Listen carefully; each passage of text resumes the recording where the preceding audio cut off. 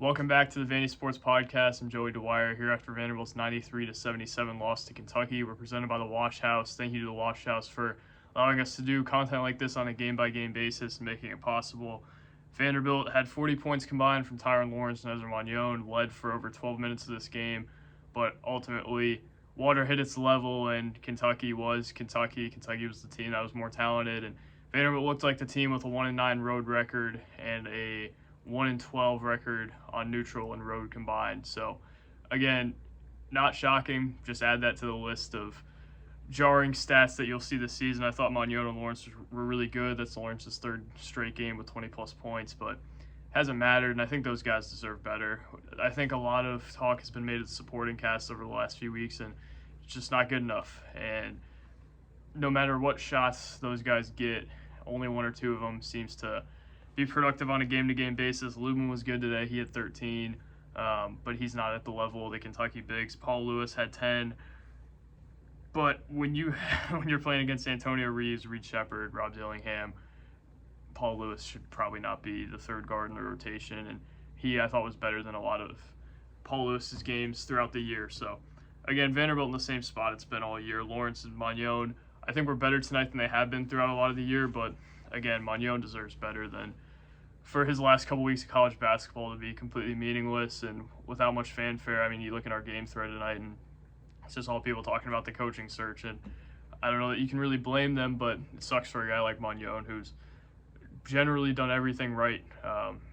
This guy who's unselfish. He is a leader on this team. He's done everything right off the floor, and he's being rewarded with this. It's just kind of the reality of things. The team they've put on the floor is not good enough for Ezra Manjon to be able to take where he needs to be able to take them. He's a great player, especially when surrounded by other good players, but he's not good enough to beat Kentucky on his own. Him and Tyron Lawrence together aren't good enough to beat Kentucky on their own, and Lawrence was really good against Kentucky last year, was probably just as good today, but you just look at the supporting cast, and Jordan Wright's not walking through that door. He's been a Kentucky killer over the years, and again, we talked a lot about him on Saturday, but I think Vanderbilt took for granted his contributions.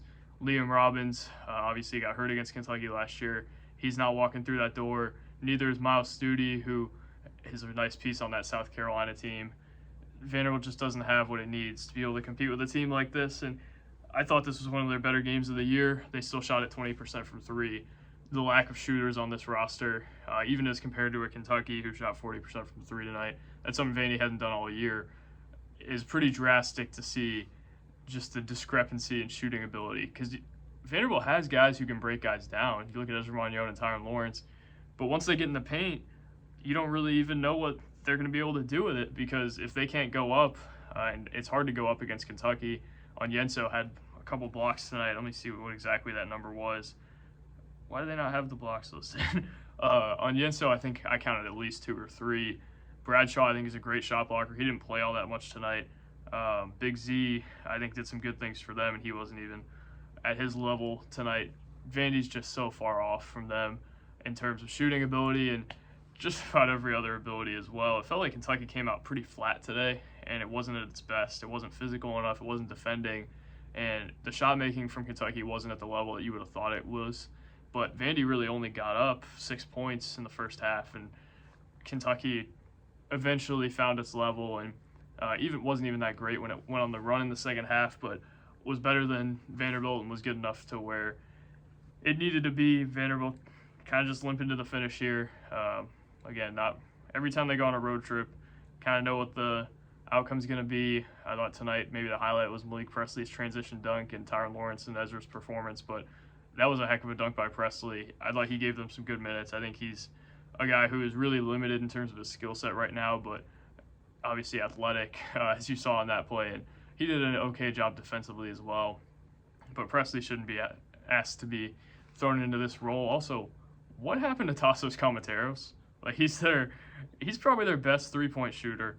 I haven't seen Tassos Comateros on the floor in a long time. Jason Rivera-Torres as well played 2 minutes tonight. So I don't even know that they're fully utilizing their personnel. J.Q. Roberts was all right tonight. He had 7. But, man, it's just, like, why in the world, when Jason Rivera-Torres is in the middle of a freshman wall, I get not playing him, but when you're in this position, you got to let him play through it if he's going to be a piece of your future. certainly not helping themselves for his offseason decision, but Tassos as well, guy I think deserves better. But again, he was another guy who I think they were a little too high on in the offseason. I think they were too high on. Even Lubin, I think they were a little high on as opposed to what I thought he was going to be. And I think Lubin's actually been a little better than what I thought he was going to be, but I think a lot of their expectations were like, wow, you think he's going to be that good? And I saw him at Notre Dame. I saw him as a recruit, and I wasn't fully on the same wavelength as them. I will say, I think I had anticipated him a little bit more as a 5'4", and I think they were right that he is a 4'5". Now that I see him throughout the year having to face off against these guys, I just think he's in a weird spot in terms of his position, and that's why I think he got to Vanderbilt, is because he's 6'8". He has center skills in terms of post-up ability, the shot blocking ability. He's just so undersized at the 5, but I don't know that he stretches it well enough to consistently be like a go-to 4. It's just kind of the same story over and over again. This team just they played super hard today. They wanted some runs early, but just not good enough. And I don't know what you can say anymore. It doesn't matter how they misuse the personnel.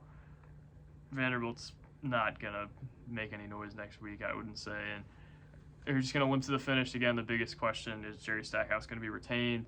Starting to look like no more and more, but I can't say that with certainty. I can say it with close to it, but I don't know yet. And if they retain Stackhouse, it's going to be a lot of the same thing unless they somehow get more shot makers in the portal, unless something changes with their effort on the recruiting trail, something changes with their effort in a lot of areas. I mean, you look at the first Kentucky game, I had heard some things about what their scout was on Rob Dillingham, and I really don't get like how you can overlook a guy like that. And you can only scout him so much. He'll do a lot of things on you that aren't in the scouting report, or even if you know all of his tendencies, he'll do it. But again, there's just so many things that I call into question about how this thing's being run. And if there's not a question, or if there's not a solution in a couple weeks, I'll be asking more and more questions as to how this whole athletic department runs. It's not me saying that